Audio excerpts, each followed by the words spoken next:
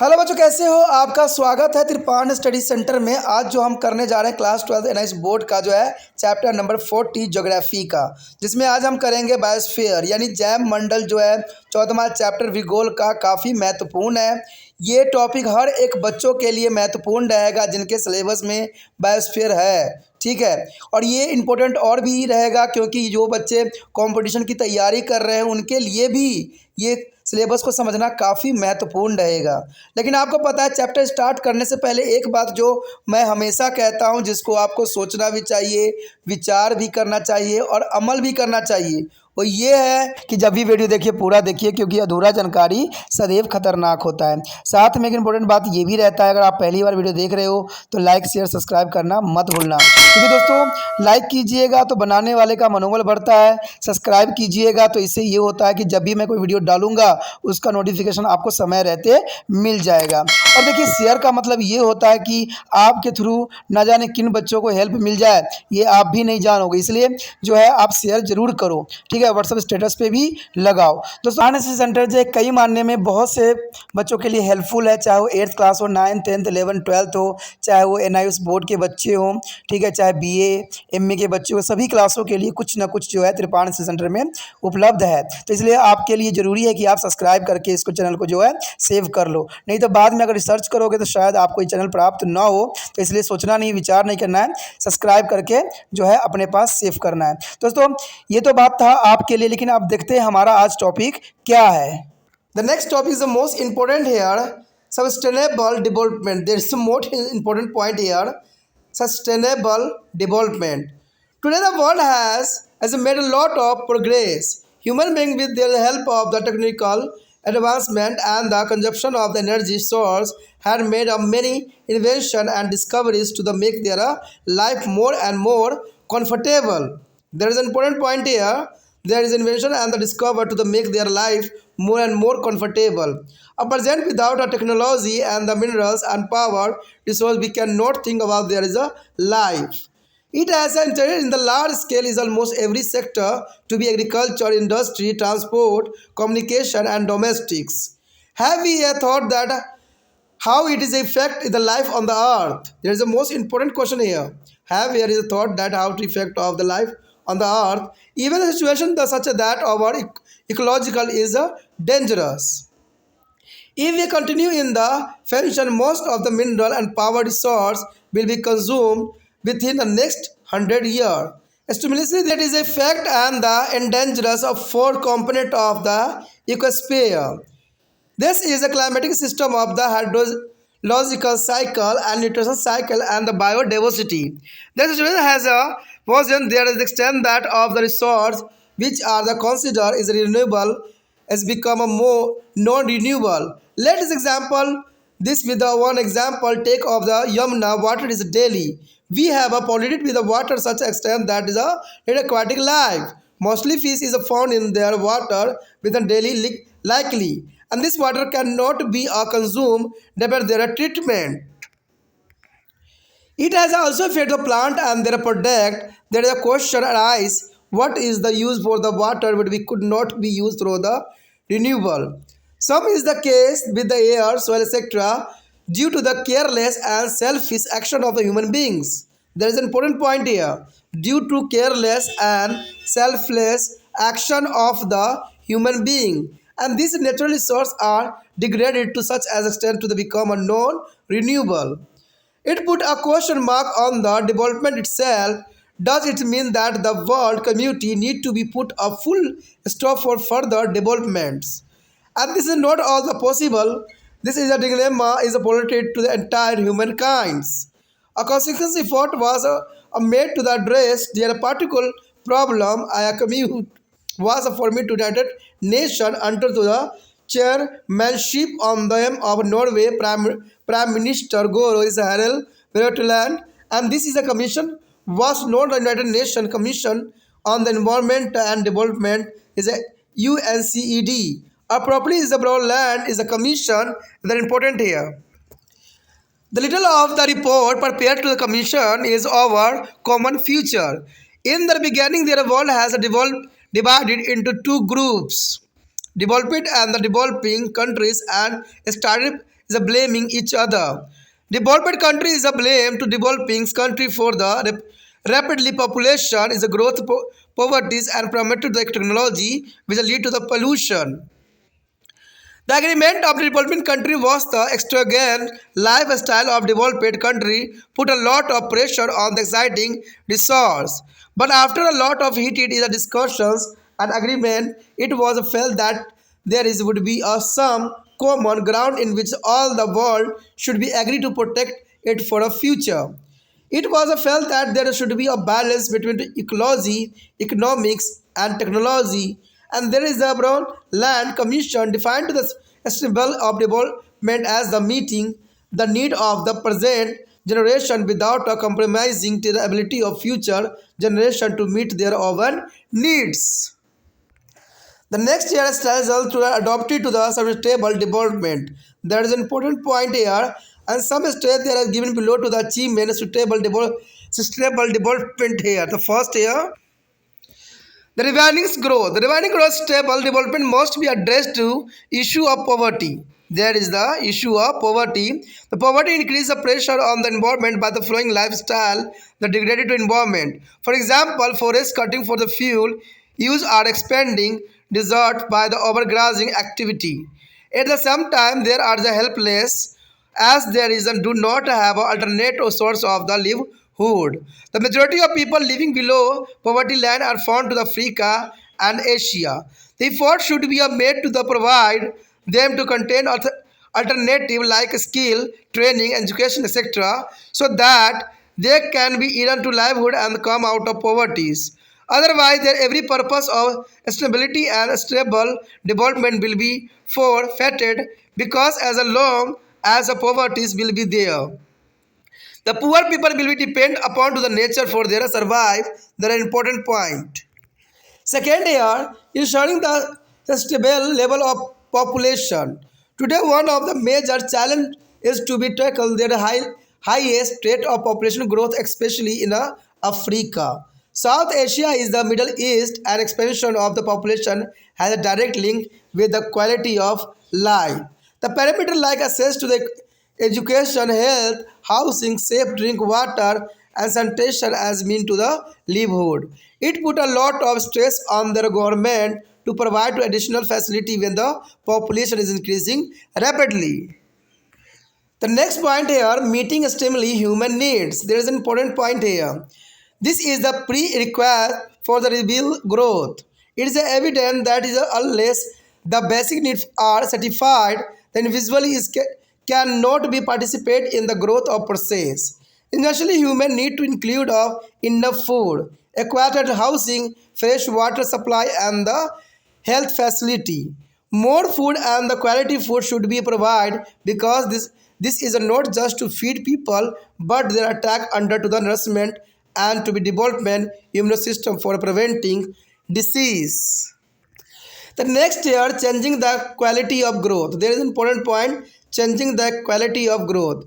There is a need to be change the orientation of growth. When we say growth be away means economical growth or materialistic of growth.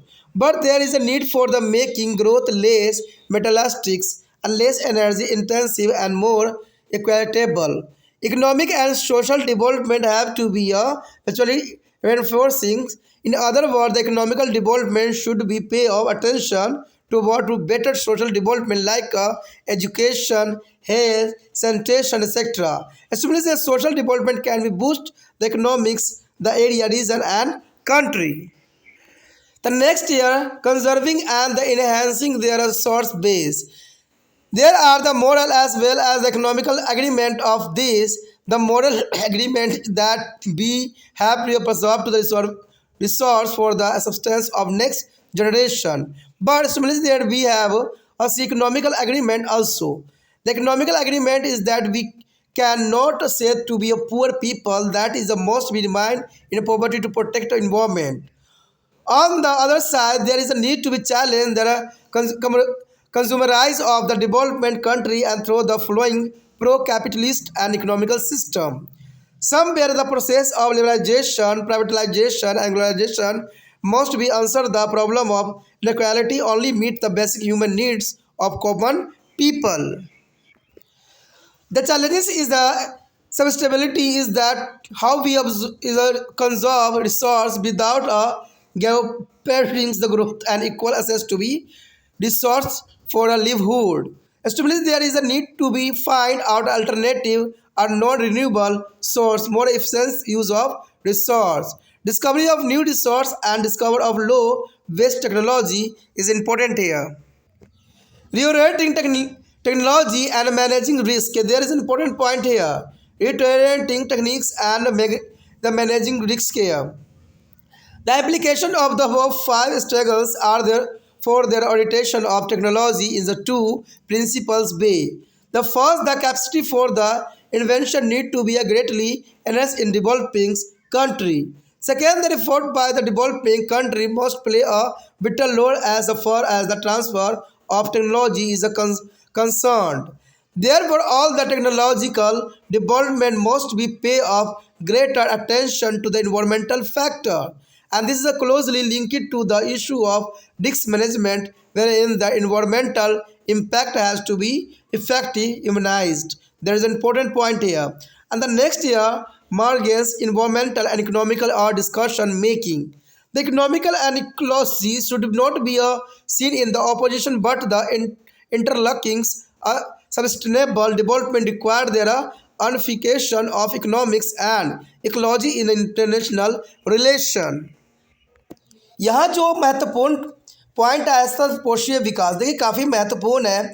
सतत पोषणीय विकास कहते हैं आज विश्व में बहुत ही उन्नति की है। मनुष्य मानव ने तकनीकी उन्नति और ऊर्जा संसाधनों के उपयोग की सहायता से बहुत से आविष्कार और खोज की है, जिससे उसका जीवन अत्यधिक जो है आरामदायक हो गया है। आज हम तकनीकी खनिज पदार्थों और ऊर्जा के संसाधनों के जो है बगैर जीवन के विषय में सोच भी नहीं सकते। कहते इसके बिना तो आज इंसान ने कल्पना भी खुद तक नहीं किया है। ये बड़े पैमानों पर लगभग हर क्षेत्र में प्रवेश कर गया है, चाहे वो कृषि हो, उद्योग हो, यातायात हो, संचार हो, घरेलू हो। क्या आज हमने कभी सोचा है कि पृथ्वी पर जीवन कैसे प्रभावित हो रहा है? आज की स्थिति में हमारी परिस्थिति भी खतरे में है। कहते हैं लोग जितना टेक्नोलॉजी का इस्तेमाल करते जाएंगे उतना ही जो है वो अपने जीवन को नष्ट करते जाएंगे, क्योंकि टेक्नोलॉजी एक ऐसा चीज़ है जो इंसानों को आलस्य में बदल देता है।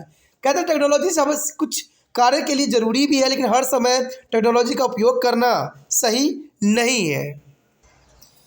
अगर हम इसी तरह से जो है इसका प्रयोग करते रहें तो कहते हैं अगले 100 वर्षों में अधिक खनिज और संसाधन समाप्त हो जाएंगे। साथ ही से जो परिवेश मंडल के चारों घटकों को भी खतरे में डाल देगा, और यह जलवायविक तंत्र या जल चक्र या पोषक चक्र और जैव विविधता। दिल्ली में अगर हम बात करें, दिल्ली में यमुना जल का उदाहरण लीजिए। हमने इसके जल को इस सीमा तक प्रदूषित कर दिया गया है कि इस जल में दिल्ली में बहुत ही कम जलीय जीवन पाए जाते हैं, और इस जल को साफ करने के बाद भी इसका उपयोग नहीं किया जा सकता। तो कहते हैं लोग सिर्फ जो है डिंगे हाँकते हैं, बड़े बड़े मंत्री लोग डिंगे हाँकते हैं कि हम लोग ने ये किया वो किया, लेकिन कहते हैं कुछ भी नहीं किया जाता। अगर इतना है तो दिल्ली में आपको पता है कि सरकार भी बहुत बेहतरीन बनी हुई है, लेकिन कहते हैं यमुना नदी का कोई भी उपाय नहीं किया गया। आज भी वहाँ पर जो है प्रदूषित यमुना जो है चिल्ला के बता रही कि मुझे इसे इतना प्रदूषण करने का किसका अधिकार था, किसने तुम्हें अधिकार दिया कि मुझे इतना पोल्यूशन कर दिया, और इसमें जो जीव जंतु पल रहे थे, जी रहे थे, उसको नष्ट कर दिया। तो ये बहुत बड़ी दुखदायक परिस्थिति है दिल्ली के लोगों के लिए। कहते हैं जैसे कंडीशन होगा वैसे ही जीवन यापन वो करेंगे। इसने पौधे और उनके उत्पादों को भी काफ़ी प्रभावित किया है। तब यह प्रश्न उठता है कि ऐसे जल का क्या फ़ायदा जिसे उपयोग नहीं किया जा सके। हालांकि यह नवीनीकरण योग्य है। यही हाल वायु, मृदा आदि का भी है। मानवीय लापरवाही और स्वार्थ के कारण ये प्राकृतिक संसाधन इसे सीमा तक विकृत हो गए हैं, और इसका नवीकरण बहुत ही कठिन है।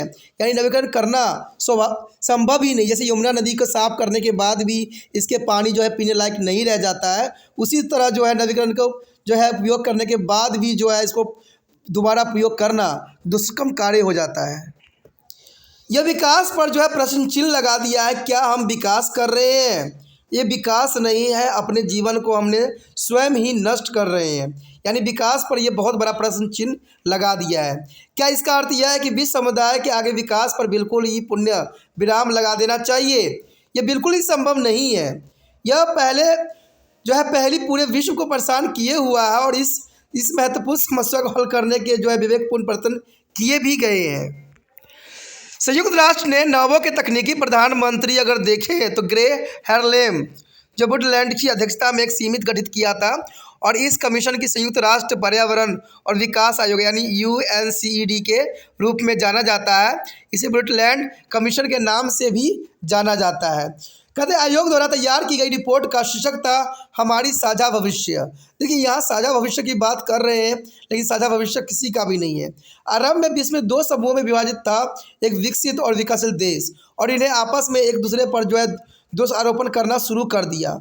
यानी कहते हैं जो विकसित देश हो गए हैं वो जो है काफ़ी दोहन कर रहे हैं, तो ये काफ़ी जो है दोष आरोपण करना सही नहीं है। कहते हैं विकसित देशों पर तीव्र जनसंख्या वृद्धि और गरीबी प्रदूषण फैलाने वाले अधीन तकनीक को दोष दिया है कि जो विकसित है जनसंख्या बढ़ा रहे हैं उसको दोषी यहाँ पर बताया गया था।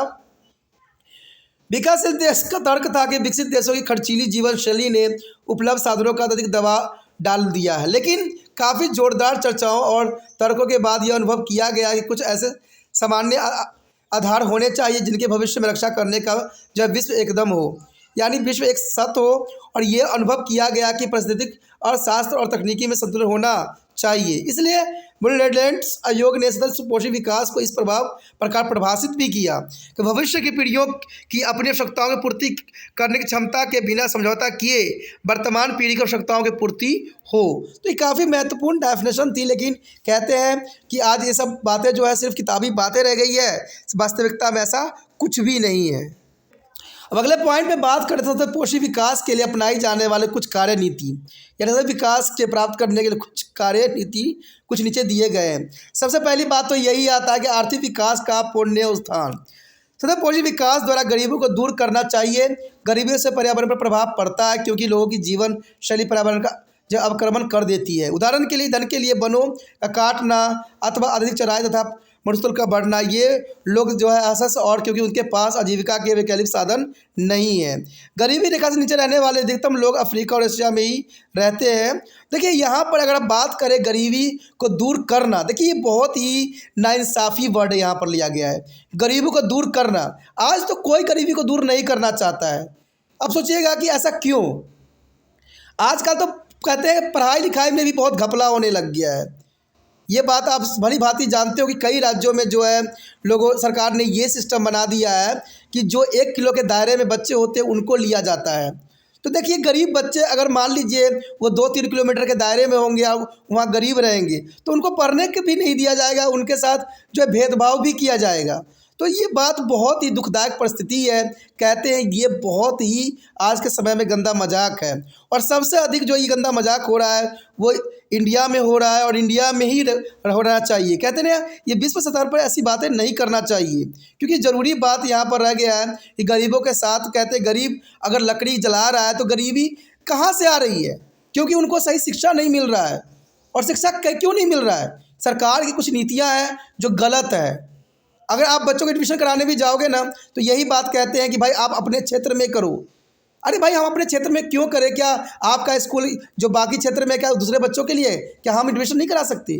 तो ये बहुत बड़ी समस्या उत्पन्न किया है भारत में। और आपको क्या लगता है क्या इससे गरीबी नहीं बढ़ेगी? बढ़ेगी, क्योंकि बहुत से माता पिता हताश होंगे और इससे वजह से जो है बच्चों को जो है काम धंधे पर लगाएंगे। तो ये बहुत बड़ी समस्या उत्पन्न कर रहा है और एशिया में ऐसा हो रहा है, इसमें कोई दो राय नहीं है। इन लोगों के कुछ विकल्प जैसे कार्यकुशलता, प्रशिक्षण, शिक्षा आदि देने के लिए प्रयत्न किए जाने चाहिए ताकि अपनी आजीविका कमा सके और गरीबी से बाहर आ सके। तो गरीबी से बाहर आने का तो यहाँ विकल्प ही नहीं दिया जाता, तो गरीब जो है कैसे बाहर आ सकेंगे? अन्यथा सतत पोषित अथवा सतत पोषित विकास का उद्देश्य ही समाप्त हो जाएगा, क्योंकि जब तक गरीबी रहेगी गरीब लोग अपने जीवन यापन के लिए प्राकृतिक पर निर्भर बने रहेंगे। तो कहते हैं गरीबी कैसे ख़त्म होगी? जहाँ पर सरकार की कूटनीति का उपयोग किया जाता हो, जहाँ सरकार अपने आप को प्रशासन जो है बहुत अपने आप को तेज समझ रहा हो, और ये गलत यहाँ पर प्रावधान है। कहते हैं ये हर एक क्षेत्र पर जो है विश्व स्तर पर सोचने की आवश्यकता है, पूरे भारत को सोचने की आवश्यकता है कि आखिर गरीबी हम दूर कैसे करें। गरीबी दूर तब होगा जब शिक्षा अच्छा मिलेगा, और शिक्षा अच्छा कैसे मिलेगा? तो ये शिक्षा के जो स्तर को बढ़ाना पड़ेगा। तो ये बहुत ज़रूरी है। अगर हम गरीबी अगर कम कर दे, गरीब जो लोगों को है शिक्षित कर दे, तो ऐसी समस्या जो है उत्पन्न ही नहीं होगा। जनसंख्या का संतोषी स्तर पर जो है सुनिश्चित करना। देखिए आज हमारे सामने सबसे बड़ी चुनौती जनसंख्या वृद्धि के अधिकतम दर को हल करना है, विशेषकर अफ्रीका, एशिया, दक्षिण एशिया और मध्य पूर्व में।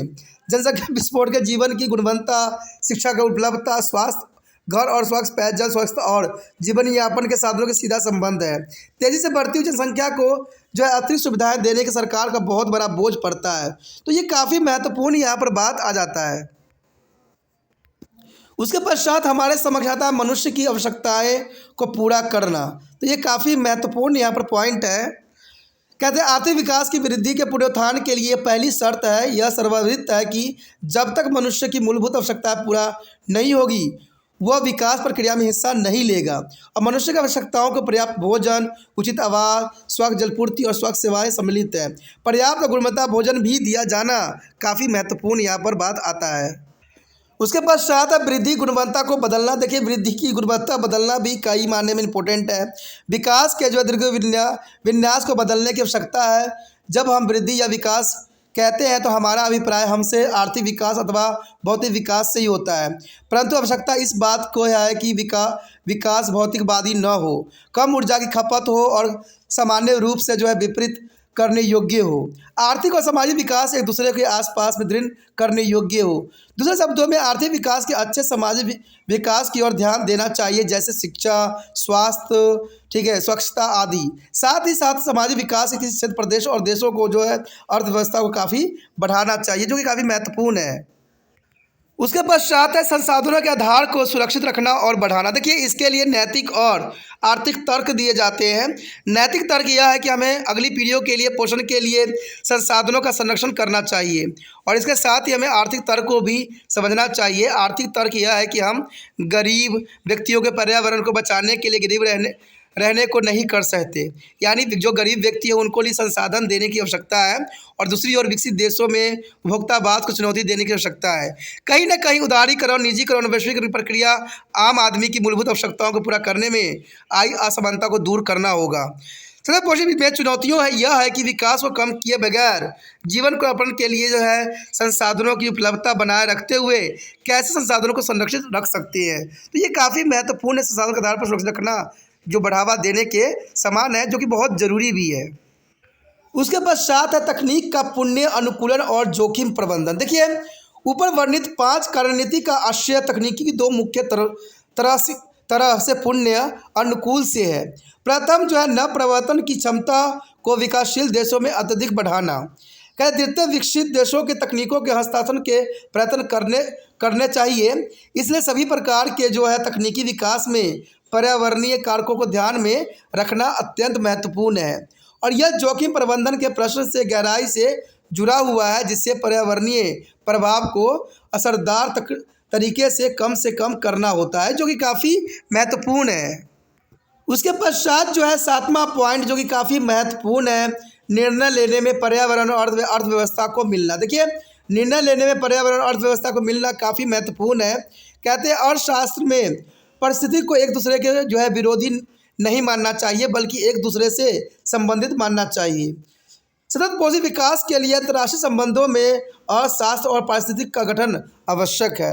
तो ये काफ़ी महत्वपूर्ण 7 पॉइंट जो तो थे हमारे समक्ष जो थे सतत पोषित विकास के अंतर्गत थे। तो देखा जाए तो कहते हैं इसमें जो है गरीब लोगों को आगे बढ़ाना सरकार की प्राथमिकता होनी चाहिए, और कहते हैं भेदभाव तो करना ही नहीं चाहिए, क्योंकि भेदभाव से जो होता है दूसरे गरीब लोगों को मौका नहीं मिल पाता है जो आगे बढ़ना चाहते हैं।